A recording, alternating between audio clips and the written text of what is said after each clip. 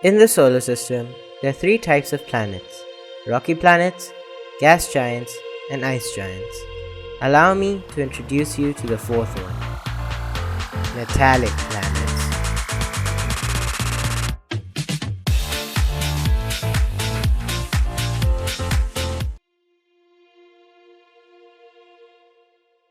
Mercury is 70% metal and 30% silicate. Its metallic nature means that, as small as it is the second densest planet in the solar system, with Earth being denser at 5.515 grams per cubic centimeters.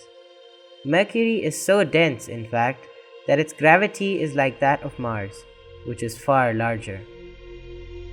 It's no secret that the surface of Mercury is quite like that of our Moon.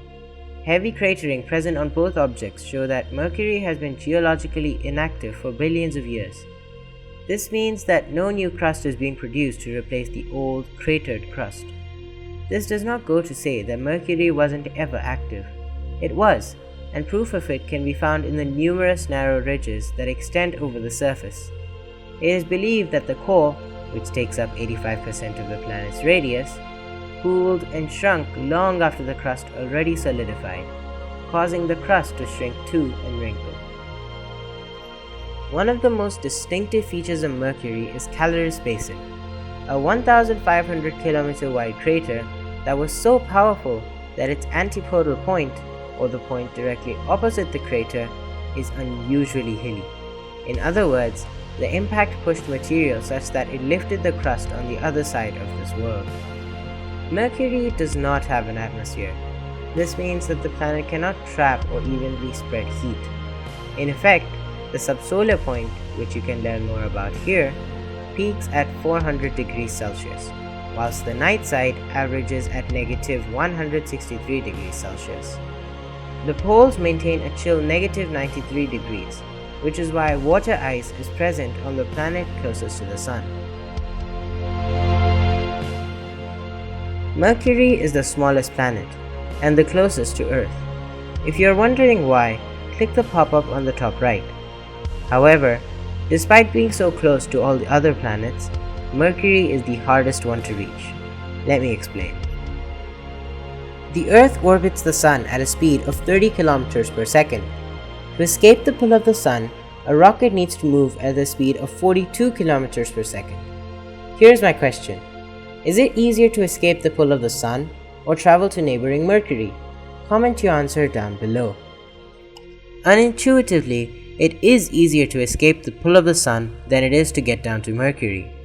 To escape the Sun, we need to move at 42 km per second. Earth moves at 30 km per second, so a rocket needs to add 12 km per second. Therefore, multiple missions have gone or will go interstellar, namely the Voyagers, the Pioneers, and New Horizons. But to get down to Mercury, we need to lose that 30 km per second of speed that we have. This means that our rocket needs to blast off at 30 km per second in the opposite direction to Earth's motion. That is why there have been only 2 missions to Mercury, namely Mariner 10 and Messenger. That isn't even the end of the problems. As dense as it is, Mercury's gravity is weak, and being right next to the Sun does not help either.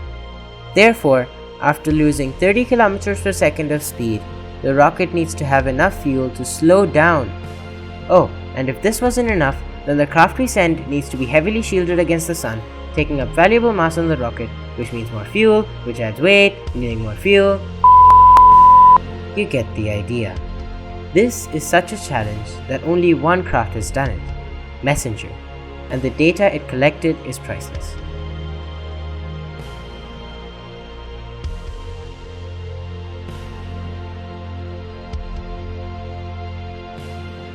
Named after the swiftest ancient Roman god, Mercury has the most eccentric orbit, ranging from 46 to 70 million kilometers.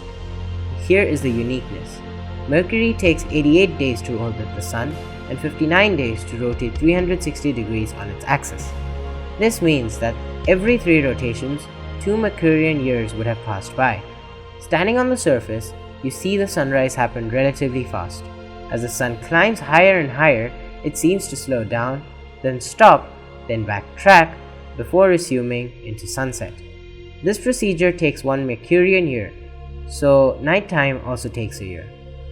The reason the sun stops and backtracks is because 4 days before Mercury is closest to the sun, the speed of Mercury's orbit is the same as that of its rotation. By the time it reaches its closest, orbital speed would have overtaken rotational speed, causing the sun to backtrack. Then, as Mercury gets further away, rotational speed overtakes orbital speed and everything is back to normal again. Mercury, unlike other planets, has an axial tilt of near zero, at 0.027 degrees. This means that Mercury is devoid of any seasons. If we ever wished to colonize Mercury, we would have to speed up Mercury's rotation to allow its magnetic field to grow. In addition, we would have to build at the poles, redirecting a small amount of solar power to heat up the -93 degrees to 20 degrees. However, colonizing Mercury is not a viable option. Being right next to the sun means that any launch from Mercury needs to be shielded from the sun, not to mention the extra fuel the rocket needs to speed up to get to the outer solar system. Colonizing Mercury is highly inefficient. The length of this video is a testament of how little we know about mysterious Mercury.